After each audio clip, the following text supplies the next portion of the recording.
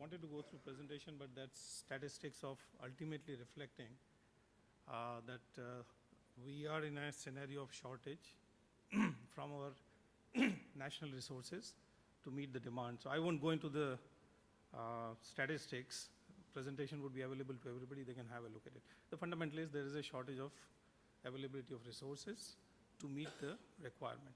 But the bigger fundamental is that there is a value chain, which is the start of the value chain, end of the value chain. The two don't understand each other. Now here is a value chain which starts from a resource fuel availability. It gets, as a baton gets passed on. When it comes to the consumer, it becomes a hot potato. So it gets back into the reverse direction, and there the reasons and explanations and all kind of explanations get into play, but there is no solution to it because the two ends and the entire value chain don't work together to arrive at a solution. Now, let's look at this.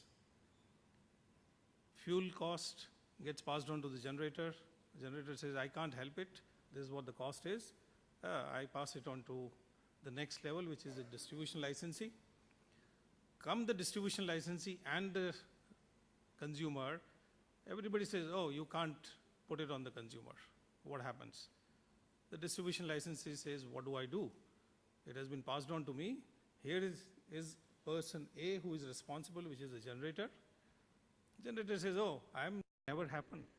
And we'll always run into this problem of how do we meet the end-to-end, and each one understanding as a whole chain. Either the consumer understands that, yes, I have to pay for it, or the supplier has to understand that this is a social economy. He was set up as a social economy. That too in a monopolistic situation, how can it be a market economy? Market economy only works when there are multiple players, there is a multiple supply, there is enough supply.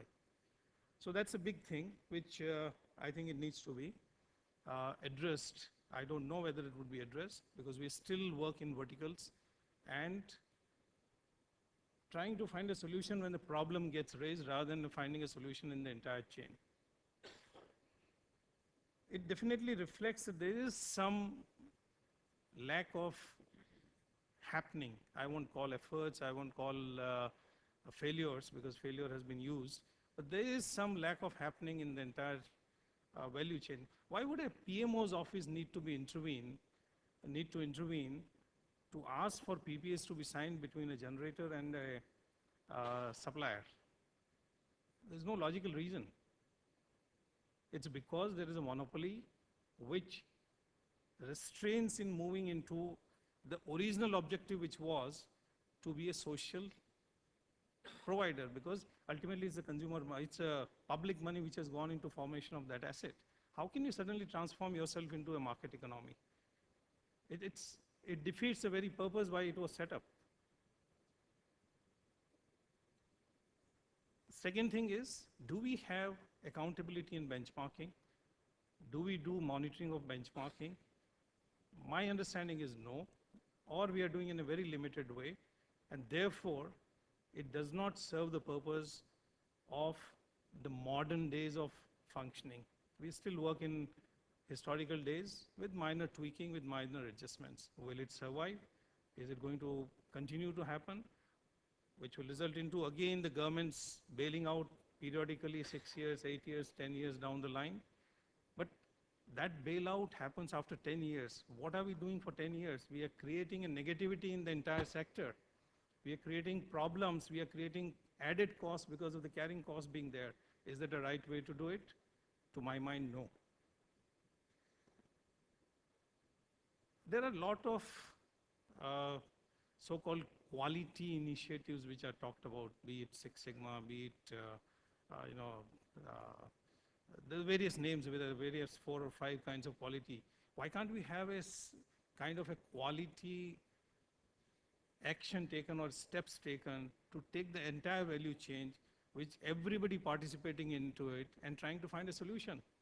It's claimed that if you follow that process, you will find the answers.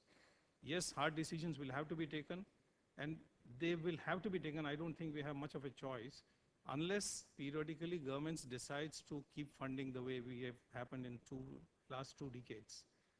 So I would leave it at that. Probably it has been a very different way of presenting the situation. But yes, Sunil had mentioned about savings, ways to take it forward.